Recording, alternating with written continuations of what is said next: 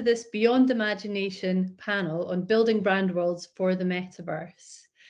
So I'm Laura Swinton, the editor-in-chief of Little Black Book, and I'm hosting this panel on the metaverse, a term that seems all but inescapable right now.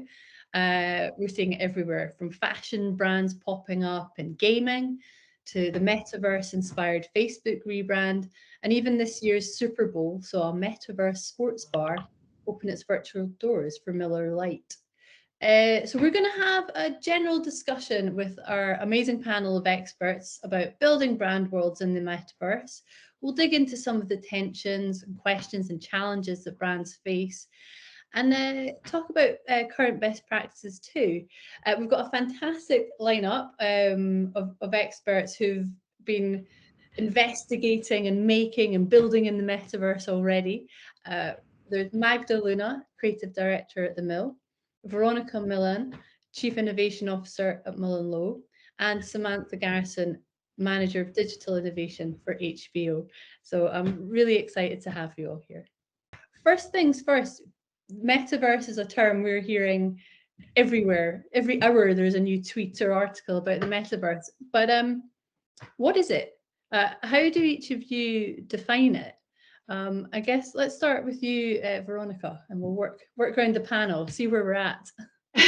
Yeah, absolutely. So I think the metaverse, the way that we're beginning to describe it, it's like this world that you enter, right? That it's this virtual world that doesn't exist in the real world, and that you can, do a number of different things on it. And I think so far it's been true. It's been a place where we've seen, e-gamers going in and playing games and interacting with each other.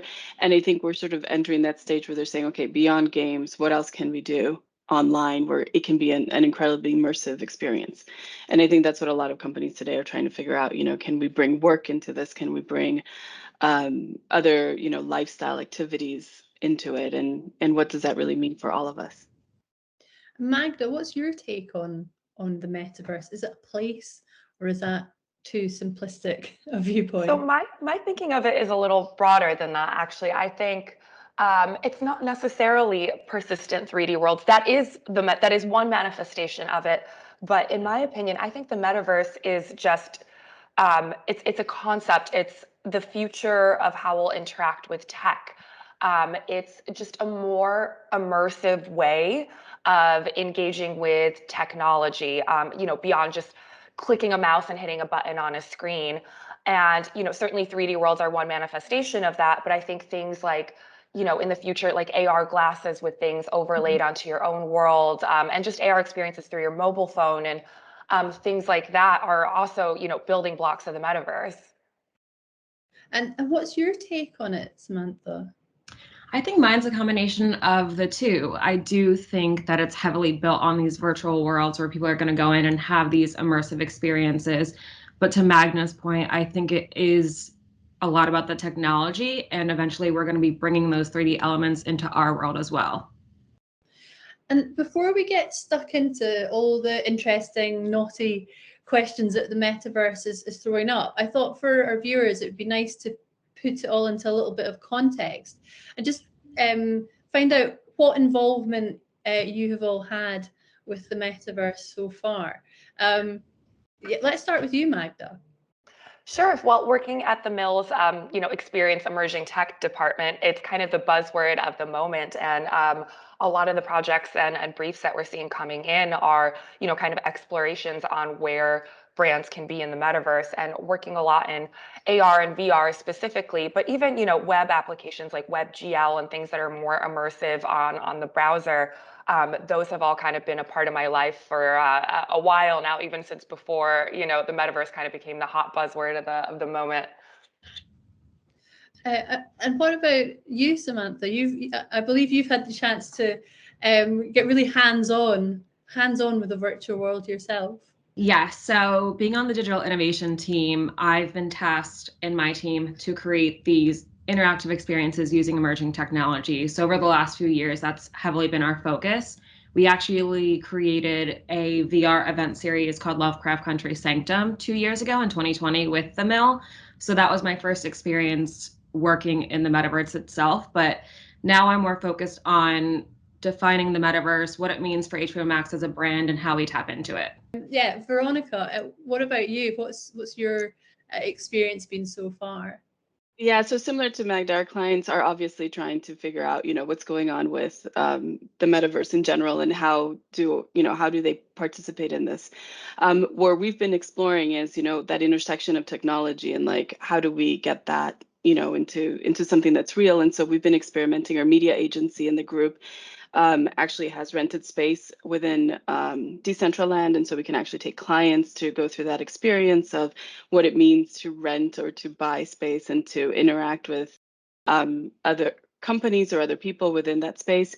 So it's been sort of, trying to teach our clients, what's next, and how they can better, interact in that world. From a brand level, how should brands go about determining whether the metaverse is something they should be engaging with? And if so, how they would want to show up in it? Because that seems like a huge question.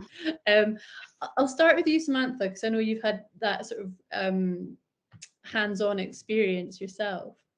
It's tough because you don't want to dive in too quickly because it is so new. So you really want to take a thoughtful approach. So that's why I think our focus right now is the educational piece and working with different agencies to create a holistic strategy. So that way we're not just creating these scattered experiences, and we can have a holistic approach as a brand. And how are these journeys looking with your clients, Veronica? Like, are clients coming to you thinking, this is new, we need to be in it, tell us how? Or are they coming to you going, should we be here at all?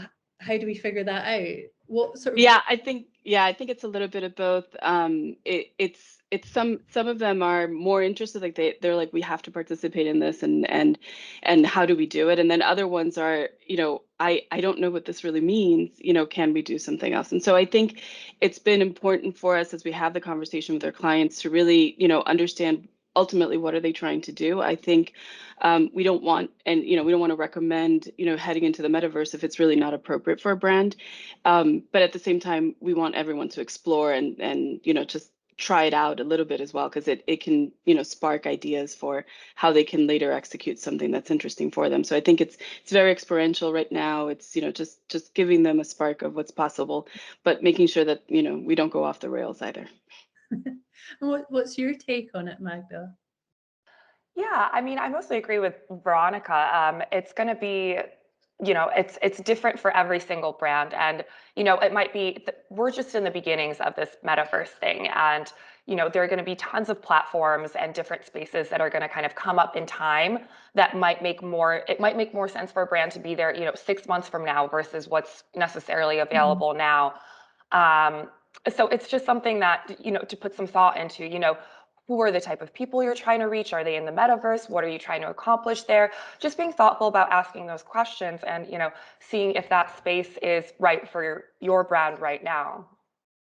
Yeah, and it is interesting to see the different kinds of brands in different sectors. We see, I think fashion has been really one of the pioneers, because they seem to be quite happy to just try and I'm not saying things haven't been thought about, but it seems less strategic and more like, this is new, we need to be in new spaces. Is there something to be said for that kind of suck it and see, let's just see what we make and break and fail spectacularly kind of approach? Let's go with you, Veronica.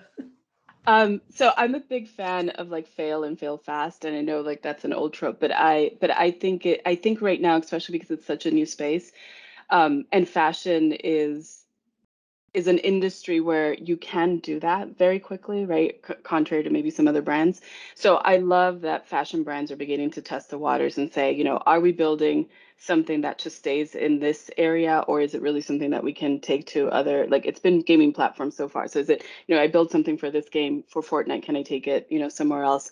Does it have value when I take it from one end to the other? Is there value, in the real world, right? Like if I buy a Balenciaga bag in Fortnite, does that actually correspond to a real bag in the real world? And I think, those are the interesting questions that are being brought out, that when you play around with the technology, it naturally begins to, sort out maybe what your strategy is as a brand. And fashion is great for that, because they can really play with it and test the waters before other brands get involved. I suppose I should ask you, Samantha, because, you know, as a marketer with KPIs to hit and a budget, you know, failing and just being gloriously experimental, different brands will have different capacity to do that, I would imagine.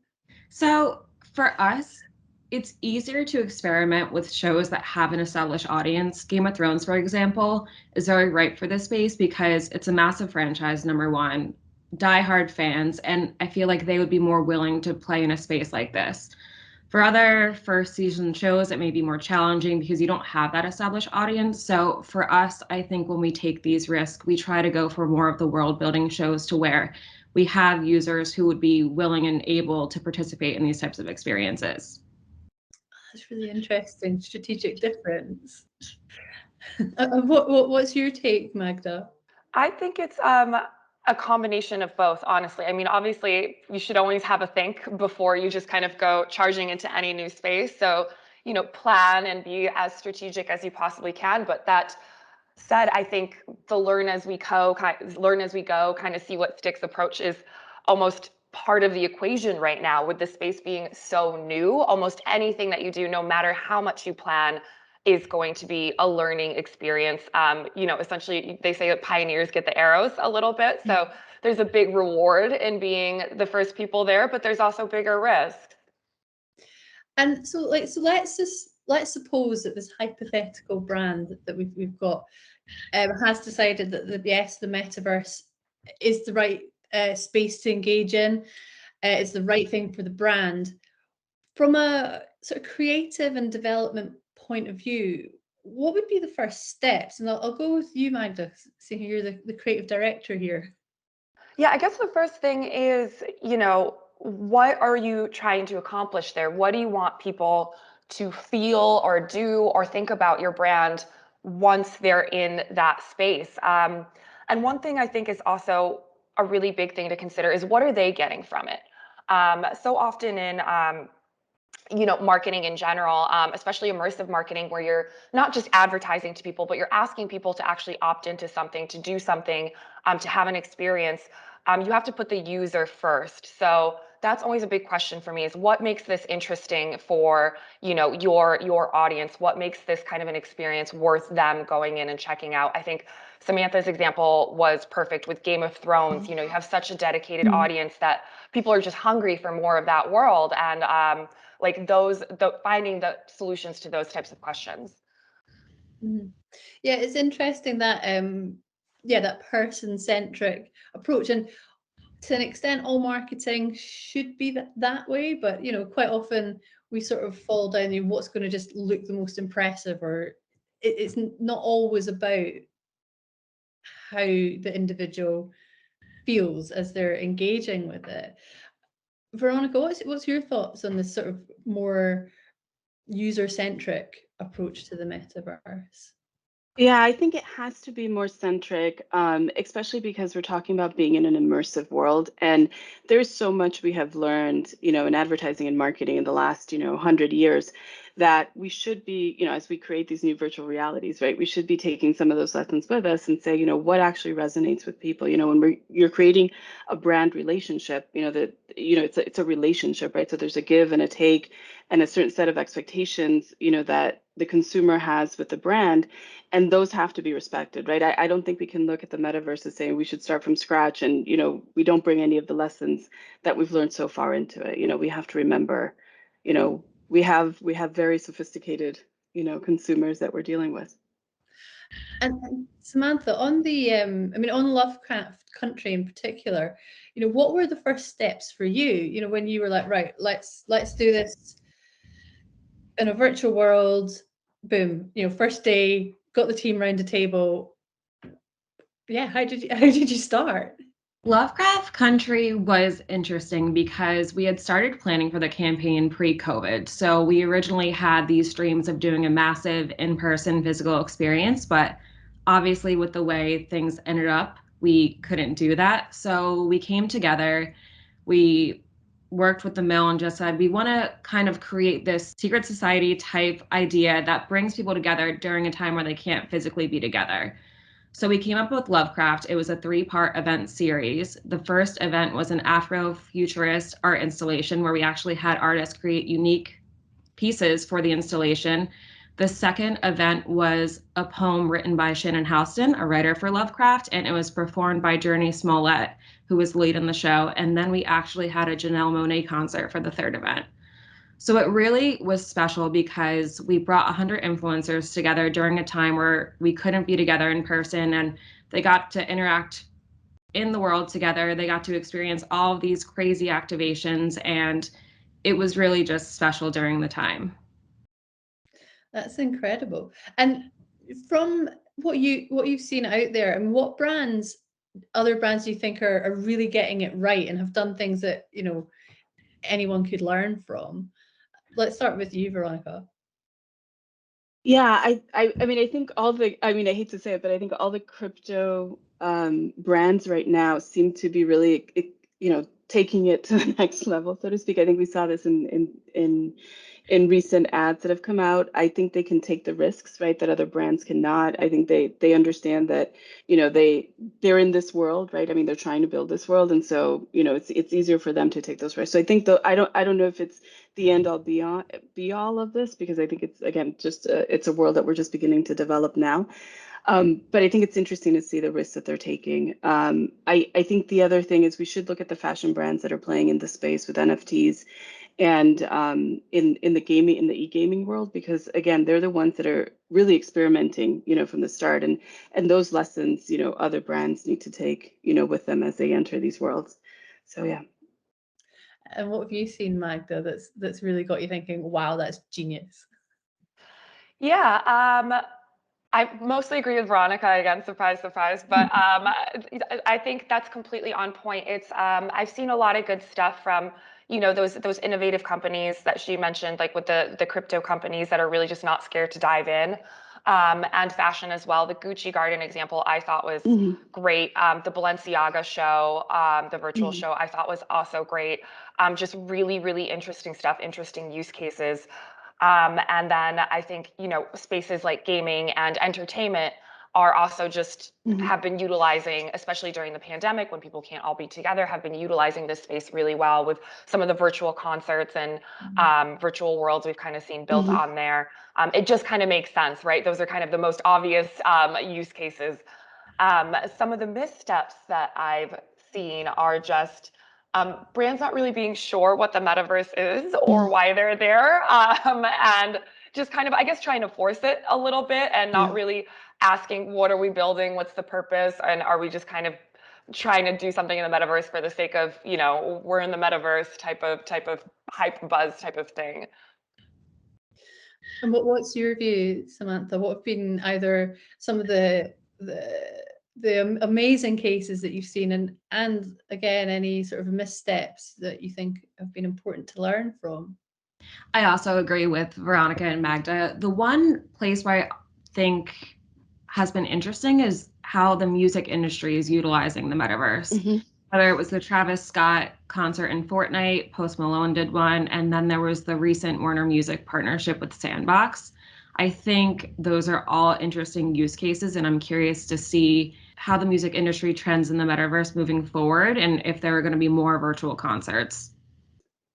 And I mean, one area, that we've seen that could be potentially risky for brands is the idea of brand safety in the metaverse. We've heard reports of certain spaces not being particularly safe for various different groups, harassment and things like that. As a marketer, how do you navigate that? I think I'll throw that out to you, Samantha, to start with. It's definitely an issue, and we've thought about it a lot internally, ethical, legally, etc. For Lovecraft in particular, we created the experience in VR chat, and we actually created our own rooms in VR chat. So you had to have a password to enter. You were only allowed to enter if you were on the guest list prior. So we really wanted to have it be just our guests to eliminate any of the harassment, etc. Veronica, what sort of conversations are you having with your clients around the brand safety aspect? And does that make, I guess, more bespoke I guess, metaverse bubbles a little bit more appealing for brands right now, rather than sort of jumping into these sort of pre-existing sprawling spaces? Absolutely. I think brands need to be careful. I think, the rules in the metaverse haven't really been defined. Right now, data security and privacy is still something that's being explored. I think the good news is that some of these platforms are talking about it, which means that they're at least considering it now early on versus much later when it's harder to sort of rein everyone in. But I still think it is an issue, and that's why when a brand is trying to figure out, what role they're taking, in these virtual worlds, is deciding, right? Do we do like the privacy and, try to manage, who might, want to cause havoc, in an activation, or, do we sort of just let it happen openly and then see what happens, right? And I think it's just the risk that the brand wants to take, but you have to consider it in this day and age. Magda, what's your view on brand safety and building worlds that are safe for the users? Yeah, I mean, it is a tough question, one that deserves careful consideration. I mean, like Veronica and Samantha were saying, hopefully there's some technological tools at your disposal, or like what guardrails do you want to put on, or how do you want to moderate? But I view it very similar as, the question of how people interact with each other on social media in brand spaces. Mm-hmm. You can moderate, you can encourage, you can kind of like block certain people, things like that. But to a certain extent, when you unleash people on the internet with one another, they're going to say and do what they're going to say and do. And there's only so much of that you can control. But, you should try to control as much as possible. What are the sort of, stages that you've come across that are necessary but maybe unexpected? And yeah, I'll start with you, Magda, because I know you're pretty hands-on that side of things with the mill. Yeah, for me, the jump when I went from working in more, I'll call it traditional digital, like websites and kind of more flat experiences, I guess you would call them, or just less fully immersive experiences like AR and VR are, is just thinking in 3D is a completely different challenge than thinking in 2D. And it's just one that takes a lot of time and a lot of practice to kind of get right, I guess. You're not just worried about where somebody's pointing their mouse on screen. You have to think about where are they stepping, where are their hands going, where are they looking. So it's just kind of opening up a way bigger space and a lot more stuff to think about. Really, is the short and simple of it. And Samantha, what have you felt has been quite, because obviously in your role as digital innovation, you're experimenting with lots of new technologies, but with the Metaverse project specifically, is there anything that has struck you as being very different in the production of it? We have been encouraging productions to do more LiDAR scanning and photogrammetry, because with how this digital world is evolving, we like to use props and assets from the show in the virtual world. So it's a very one-to-one experience and really brings the users into the show lore. So I would say that's probably the biggest change. We historically did do LiDAR scanning and photogrammetry, but for different reasons, more for reference purposes. But now we see ourselves actually using them in our virtual experiences. That's fascinating. And Veronica, is that something that you guys have been looking at Mullen Lowe, about this slightly different processes and how you bring your production experts in? Yeah. I think it requires, right? So it requires everyone to also think about technology in a different way, right? Like the way that we've traditionally done production is, as Magda was saying, it's been 2D. It hasn't been 3D. And so I think understanding how the technology works, as Magda was saying, you get into it. There was one thing that we did for a client, it was experiencing, right, their brand in a 3-dimensional way. And you do have to think about, like, if you're wearing a VR headset, what is that space, right? Where are you walking, and what are you actually seeing, and where things lay in that 3-dimensional space in order to interact with it. And it's fascinating, because it is, I think it's much harder for the creative teams to really think about what that means. It's like walking into a maze, I think. Yeah, it's just less of a sort of linear process. Yes, exactly. Yeah. And so here's a slightly, maybe a slightly perverse flip side. What about the people who long for the physical realm? Or is it possible to create experiences for people who aren't necessarily in that target demographic of early adopting, tech savvy gamers, let's say? You know, where do they fit in? I'll start with you, Veronica. So I think what's been fascinating, and I can attribute it to Pokemon Go, but it's really been showing up everywhere. So there's a lot of people that say, well, I will never get involved in this. And I will ask them, what does your car do? Like, because if your car has a heads up display, it's displaying information up on the windshield, and you're having an experience of augmented reality as you're driving down the road. It tells you you're going north and this is your speed limit or whatever settings you set for the heads up display.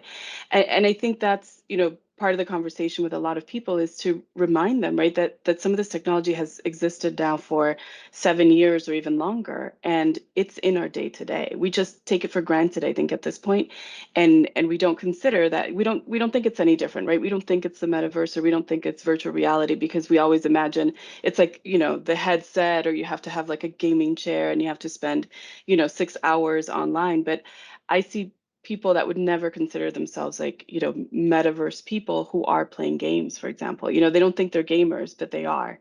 And so I think it's interesting just kind of getting people to realize, right, that this world has already started. They're already contributing to it, and it's really just a small step to get them, into a more immersive world, or to interact, in a different way than they already have. It's really just a small step.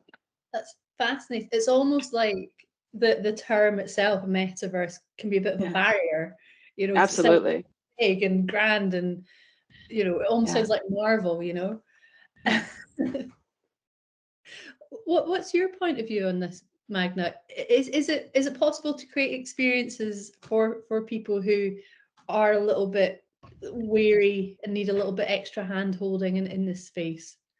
Yeah, absolutely. I think that goes back to, defining the metaverse. Again, it's, I think it's way bigger than just persistent 3D worlds. That's, like we said, that's certainly one aspect of it and a great aspect of it, but it also manifests in those smaller ways. Like every time you use a filter on Instagram, instead of, putting makeup on, you're interacting with the metaverse.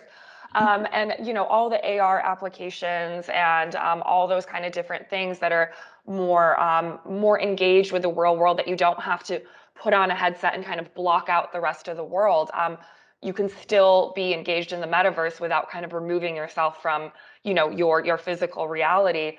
And another thing that I love to think about too is how we can layer the metaverse on physical or experiential activations, whether that's AR kind of experiences, or even more VR experiences, but in physical spaces, and how those things can kind of work together. And what's your view, Samantha? It's a great question. I think for us, we're looking at it as a hybrid approach, right? People want to be back in person. They want to go to these physical activations, but we always have digital layers to them. And then for those users who want to stay at home, we're trying to think of experiences that tie back to that physical experience, but they can do it in the comfort of their own home. They can do it through VR. They can do it through augmented reality. So just thinking of it as a hybrid approach, I think, is currently where we're at. And let's shift the conversation on a little bit. And I suspect this is what viewers are really excited by, which is what's next and what's coming. Probably a good place to start with that is probably the pandemic, because we've all heard how much it's accelerated tech adoption in a million different ways. But specifically, how has it affected the development of the metaverse and brands' desire to get involved? And I'll start with you, Samantha, because you kind of alluded to that earlier with Lovecraft Country.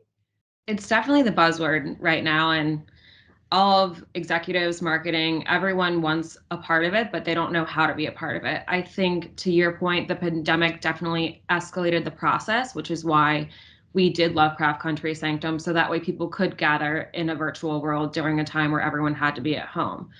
So I think moving forward, we have to be strategic in how we approach it, because knowing some people are going to want to be in person, but knowing some people are going to want to be at home, we have to find that balance of how we bring these experiences to life. And Magda, what has been your experience, and what is your view on the impact that the pandemic has, and has it sort of almost shaped what the metaverse is going to be in a strange way?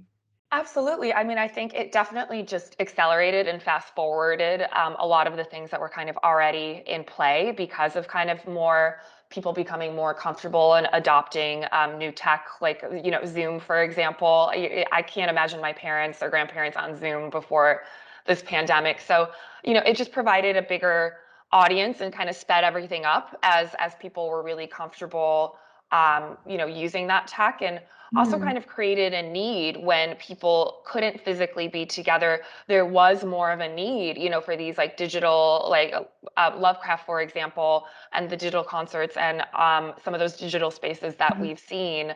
There was just more of a desire for it.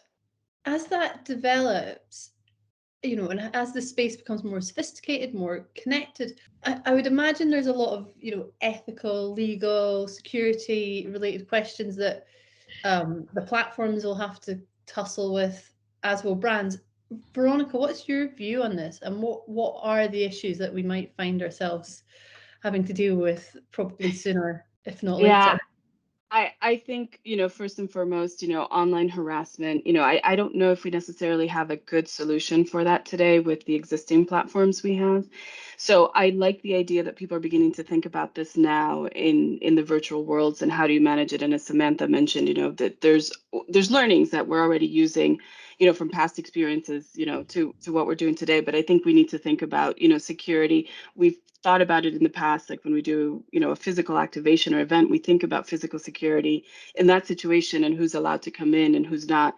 And I think that mindset has to come onto the online world as well. If we're inviting consumers to come in a virtual way, how do we protect them online?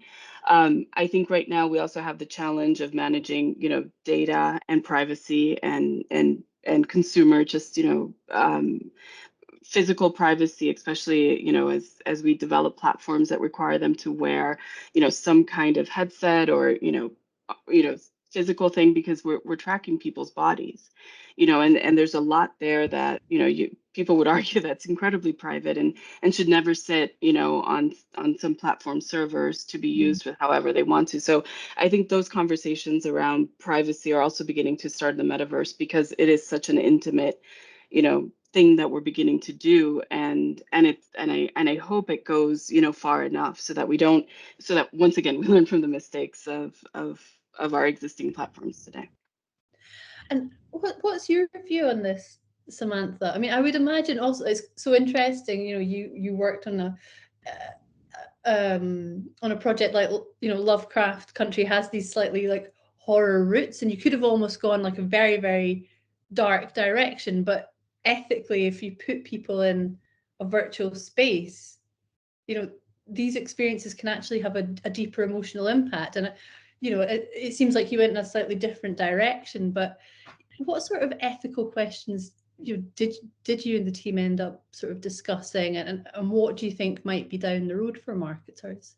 Yeah, so as exciting as the metaverse is, it's also extremely daunting. You have to be very careful with how you position yourself in the space, be careful with who you let into your world, because they're interacting with your brand and your IP, and you don't want them screenshotting, sharing all of this stuff into the world without your permission. So I think number one, like, we heavily consult with our legal counsel. They're involved every step of the way, because we just want to make sure that you have to play it safe for the time being. Like, there's just so many unknowns at this point that playing it safe is the best case scenario.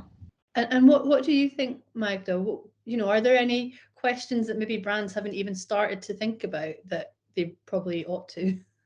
I'm sure there are. I'm not sure I know what they are either. Yeah, these things are definitely going to come up as these spaces continue to develop. But my take on it right now is it's the same as kind of all of the questions that you have to ask when you do anything online, whether, specifically social just keeps coming to mind, right? Where it's kind of this space where people freely interact with each other while they interact with your brand.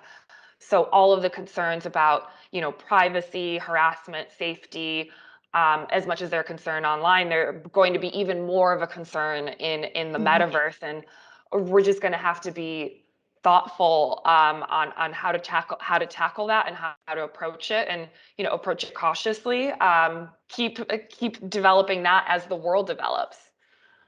Yeah, it's interesting. I guess the brands that are in it now and engaging now have the greatest opportunity to shape it and design in an accessible, inclusive way, if that's a priority for them. So that would be interesting to see if it is. I think that there's a challenge that we have today too, which is so if we continue the idea of the lessons, learning from the lessons of the past, we know that diversity wasn't taken into consideration in how the internet was built, either in Web 1 or Web 2. And so I think the challenge today will be so how do we bring that diversity, right? And diversity of thought all the way through every single kind of diversity in order to create a more inclusive environment. I don't know if we have enough people, right, that are participating today as we develop these, right? And so the same way that we understand today that the diversity that we bring to advertising or brands understand that they need to bring diversity into their organizations because it makes a better product. We need to be able to do the same thing with the technology platforms that are being developed so that, we have that multitude of thought that considers other, risks and issues and ethical issues that come up. And I don't know if we have enough of that. I think we need to work on the pipeline of people that will be building, the future of tech. Yeah, that's such a good point. I mean, because you could almost argue the research that we've seen in recent years around diversity in design and designing inclusivity and accessibility into digital experiences. Maybe that was something people were ignorant of in the early days of the internet, but we don't have the excuse of ignorance now. Exactly. And I mean, on the other side, as obviously there's the ethical issues brewing, but where do you think the improvements in technology and infrastructure might take the metaverse? We're only at the beginning. We've got big, chunky, slightly unwieldy headsets right now, but where might improvements in technology take us, do you think? I'll start with you, Magda. I mean, I think the tech is everything, right? Without the tech, there's no experience. I think as we continue to develop better, lighter tech with more capabilities, it's going to completely change the landscape of this world. One example I can think of is there's a few companies working on AR glasses, and not the bulky, kind of big headset style AR glasses, but more natural AR glasses. And when we reach the point when we're really able to put a lot of stuff in there and, not just use those to record photos and videos and such, things are going to get a lot more interesting, as we're able to develop sensors and more lightweight hardware that interact with your body and your natural movement more, things are going to start to get really interesting. Where that's going to go is kind of a question for all of us to see, but I think it's as tech develops, naturally the use cases for things develop. So it'll be an interesting space to watch for sure. And what are your views on this, Samantha? I definitely agree with Magda. I think the easier you can incorporate these experiences in your everyday life, the better. If I could just put on a pair of glasses and be in a metaverse land, that's so much easier than pulling out a VR headset. If people can just walk down the street and put on their glasses and have all of this mixed reality under their world, I think people are likely to adopt the technology and continue to use it. I mean, Veronica, this is kind of interesting because at this point, is there a metaverse anymore? Because it would be very hard to see the joins and the seams between the real world and the metaverse. It'll just be the universe. Yeah, well, yeah, and I think that's where everyone wants to go, right? I mean, they're talking about like, okay, so Roblox is its own world, Fortnite is its own world, Meta, the company, is trying to create its own world, but jumping around from world to world is, it's always going to, be an obstacle, right? Like I'll be less likely to go somewhere else if I'm comfortable in my little world.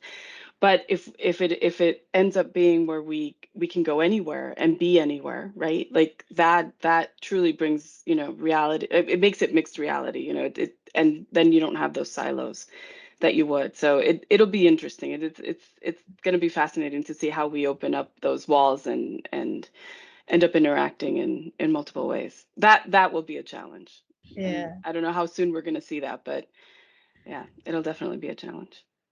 I mean, with all this in mind, I mean, brands that aren't engaging at all, and I don't necessarily mean brands that are doing their research and choosing not to do anything right now because it's not right, but brands that are just not even looking at this. I mean, do they risk being seriously left behind if the future does, if technology does leap ahead to this extent and they haven't even started to think about it? What's your thoughts, Magda? I think definitely. Yeah. I mean, mindfully not participating at the moment because, there's perhaps not a space or a reason for you to be there is quite different from not watching the space at all. And I think that every brand should be watching the space and trying to understand the space because I think, this is Web3. It's kind of the next evolution in technology. It's where people are starting to head slowly but surely. And you just need to be aware of where your audience is and what they're doing. So you need to be paying attention to that, whether you're, participating at the moment or not. You need to kind of know what's happening. What's your view on this, Samantha, as a marketer who has indeed stuck their head under the hood and had a rummage around? I think there's going to come a point where it's going to be hard to avoid. I think that's how the industry is trending, and you're going to have to be a part of it at some point. I don't know when that point will come, but down the line, I think it's going to be hard to avoid it. And what's your view, Veronica? Will there be any place left for conscientious objectors to the metaverse? Yeah, that's a really good question. I think a lot of companies were challenged with like the concept of digital transformation that a lot of companies have been doing for the last 20 years now, I guess. And I think if they haven't figured out their digital transformation, I'm not sure they're going to, be able to do this transformation, right? Because I think it's taking them now to Web3. The previous one, the last digital transformation was taking them, into Web2. So I really do think that if brands aren't looking at this, they need to start, right? And understand that they don't need to participate, but they just need to start thinking about it, maybe, meet a couple times a year just to see, if anything has changed in terms of what they're trying to do, but definitely keep an eye on it and just follow the headlines. I think we're going to keep hearing about this more and more. So hopefully they'll find the time when it's right for them to jump in. And just to wrap things up, then, I mean, and it's so hard to know how fast these things will move because it always seems to be faster than we expect. But I mean, where do we see the metaverse? I mean, even in a year's time or 5 years' time, as soon as that. I'll start with you, Veronica, and ask everyone. Yeah, so I hope to see that entertainment brands will jump into this area a lot more. I think they will be, more successful faster. Like HBO Max is obviously, taking a step into this. I think the other ones should as well because it's an easy transition. I think it makes it easy for them to connect with audiences and bring them into this world. And so I really hope there's, a year from now, we're talking about multiple brands, doing interesting things in this space because it's a beginning, and that way we can bring more people, into the conversation. And Samantha, yeah, you're the entertainment brand and you're doing it. So, where do you see it going, even as soon as a year or 5 years? I don't know timing wise, but I think eventually you're going to be having premieres in the metaverse. You're going to be watching Sunday night HBO Max shows in the metaverse potentially. I think it's just going to be a place for people to come together and have virtual events and watch different content, and it's just going to continue to evolve. And last but no means least, Magda, what's your view? I think we're going to see some giants rising in the metaverse space, the same way that we saw kind of giants, our Facebooks, our Googles kind of rising and creating these gathering places or these kind of huge spaces on the internet. I think that's going to happen in the metaverse as well, and that brands will probably be going to those spaces just as they go to social today to have their messages there, I think there's going to be these giant kind of gathering places where more people are headed, rather than seeing interoperability between lots of smaller worlds, if that makes sense. A big old interconnected world of technology and the real world. It's very exciting. Well, thank you all so much. This was such an exciting conversation. I don't know about our viewers, but I'm just buzzing now with ideas. So thank you so much for that. Not at all. Thank you. Thank you. Pleasure. All right. Bye. Bye. Bye.